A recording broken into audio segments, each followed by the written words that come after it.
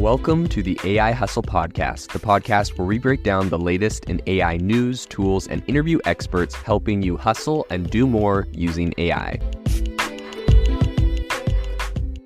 If you've been following the podcast for a while, you'll know that over the last 6 months, I've been working on a stealth AI startup. Of the hundreds of projects I've covered, this is the one that I believe has the greatest potential. So today I'm excited to announce AIBox. AIBox is a no-code AI app building platform paired with the App Store for AI that lets you monetize your AI tools. The platform lets you build apps by linking together AI models like ChatGPT, Midjourney, and 11 Labs. Eventually will integrate with software like Gmail, Trello, and Salesforce, so you can use AI to automate every function in your organization. To get notified when we launch and be one of the first to build on the platform, you can join the waitlist at aibox.ai. The link is in the show notes. We are currently raising a seed round of funding. If you're an investor that is focused on disruptive tech, I'd love to tell you more about the platform. You can reach out to me at jaden@aibox.ai. I'll leave that email in the show notes. Google Bard recently made a major update that is making Google Bard better at logic and reasoning and therefore better at math and code, something that ChatGPT and other AI models have notoriously been bad at. And I wanted to cover this on the podcast today because it is really interesting the way that they are doing this and their reasoning for it and how they kind of go about this problem. So I think this is interesting because obviously this is a problem that a lot of different AI models have had. And Google traditionally has been quite, like, as far as the research goes, Google is really ahead of their time. They came up with the transformer model, or some researchers at Google did. And the way that they think at things and look at these problems, they really look at psychology and a lot of different, non-computational areas to get the models for what they're doing. And once again, they're doing that with this kind of advanced reasoning thing. So I wanted to cover that on the podcast today because I think it's really impressive the way they are going about this. So the two big improvements that they are launching is, number one, Bard is going to get better at math tasks, coding questions, and string manipulation.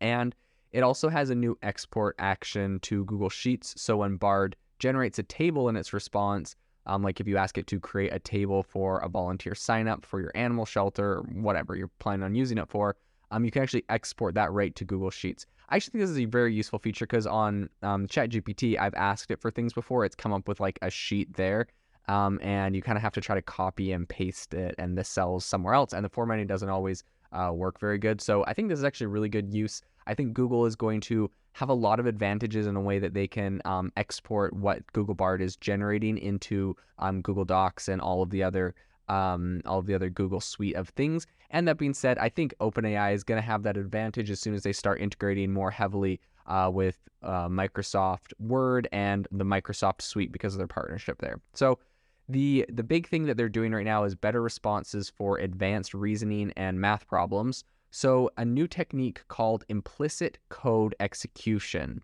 that's what Google's calling it. And this helps Bard to detect computational prompts and run code in the background. So as a result, it can respond a lot more accurately to math tasks, coding questions, string manipulation prompts, and it's getting a lot better at, here's a couple examples of some prompts that Bard is now going to be a lot better at doing after this big update. Number one is if you ask it something, like what is a prime factor of 1,568?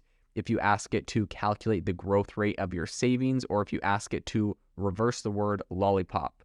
And that last one's kind of funny, but they did have like an example of, asking it to, what is the reverse of the word lollipop? And it did it, which typically ChatGPT and other models have a hard time doing something like that. But what's interesting is they said, here's what it is. Here's the Python code I used to do this. And so how they actually did that is by writing Python code to solve that problem. And so it's actually writing code in the back end to do a lot of problems for it versus, it isn't just something it was trained to do in the back end. It knows it needs help with this problem, so it can go and actually write code that helps it solve that problem, which I thought was super interesting. But digging a little bit deeper into some of its newer capabilities and how it's helping Bard to improve its responses, the second big thing is the whole improved logic and reasoning skills side. Traditionally, large language models, or LLMs, are prediction engines, right? And it's not even that they're predicting the next word, they're predicting the next 4 letters, and then they just kind of string that together, and out pops all of these things that it's generating. So when it's given a prompt, they generate a response by doing that. And as a result, they've been really capable on language and creative tasks, right? So things that you would, I don't know, feel like it's more like intuition or creativity, creative writing, that kind of stuff. But they are definitely weaker in areas with reasoning and math. We've seen this a lot with ChatGPT. And so in order to help solve this really complex problem with, advanced reasoning and logic, relying solely on LLM outputs isn't really going to be enough. Google says they don't believe that this is actually feasible. And so their new method, or their new approach, which I think is absolutely genius, allows Bard to generate and execute code to boost its reasoning and math abilities, like what it did with reversing the word lollipop. So instead of just, using a LLM to spit out the words it believes, it essentially can detect when something is, they have it categorized, so there's different areas where it needs advanced reasoning, logic, or math, and it will write code, which I think is so interesting because, in the past I was like, oh man, well, they're just going to integrate it with a calculator and they're just going to integrate it with plugins, kind of like what ChatGPT is doing. But this approach is really interesting because it's still using generative AI, but essentially it's Google generating code to solve its problems without having to do these third-party app integrations, which I think is really clever, really smart. Now, this is what I think is really interesting. They said that this approach takes inspiration from a well-studied dichotomy in human intelligence. So they say that there's a book by Daniel Kahneman called Thinking Fast and Slow. And in this book, there's the separation of System 1 and System 2 thinking. So System 1 thinking is fast, intuitive, and effortless. So for example, when a musician improvises on the spot, or a touch typer thinks about a word and all of a sudden they watch it just appear on the screen, you're using System 1 thinking. It's more intuitive. But System 2 thinking is a lot more slow, a lot more deliberate, and you have to expend a lot more effort to do it. So when you're carrying out, long division, or when you're learning how to play a new instrument, you're using your System 2. So in that analogy, large language models, you can think of them kind of as operating exclusively under System 1, right? These things, they just spit stuff out really fast. It's more intuitive. They're producing text really quick, but there's not a lot of deep thought into it. And so this actually leads to some really amazing capabilities that we've seen out of ChatGPT so far, but they definitely fall short and they're not perfect. And it can be surprising in a lot of ways, when you ask it to solve a math problem that seems fairly simple and it just kind of bombs. But at the same time, if you tried imagining yourself solving a math problem using your System 1 alone, you wouldn't be able to do it, right? Like you wouldn't be able to actually stop and do the arithmetic. You just have to spit out the first thing that comes into your mind, and that obviously wouldn't be very successful for most people. So I think a really kind of like traditional computation really closely aligns with this sort of System 2 thinking.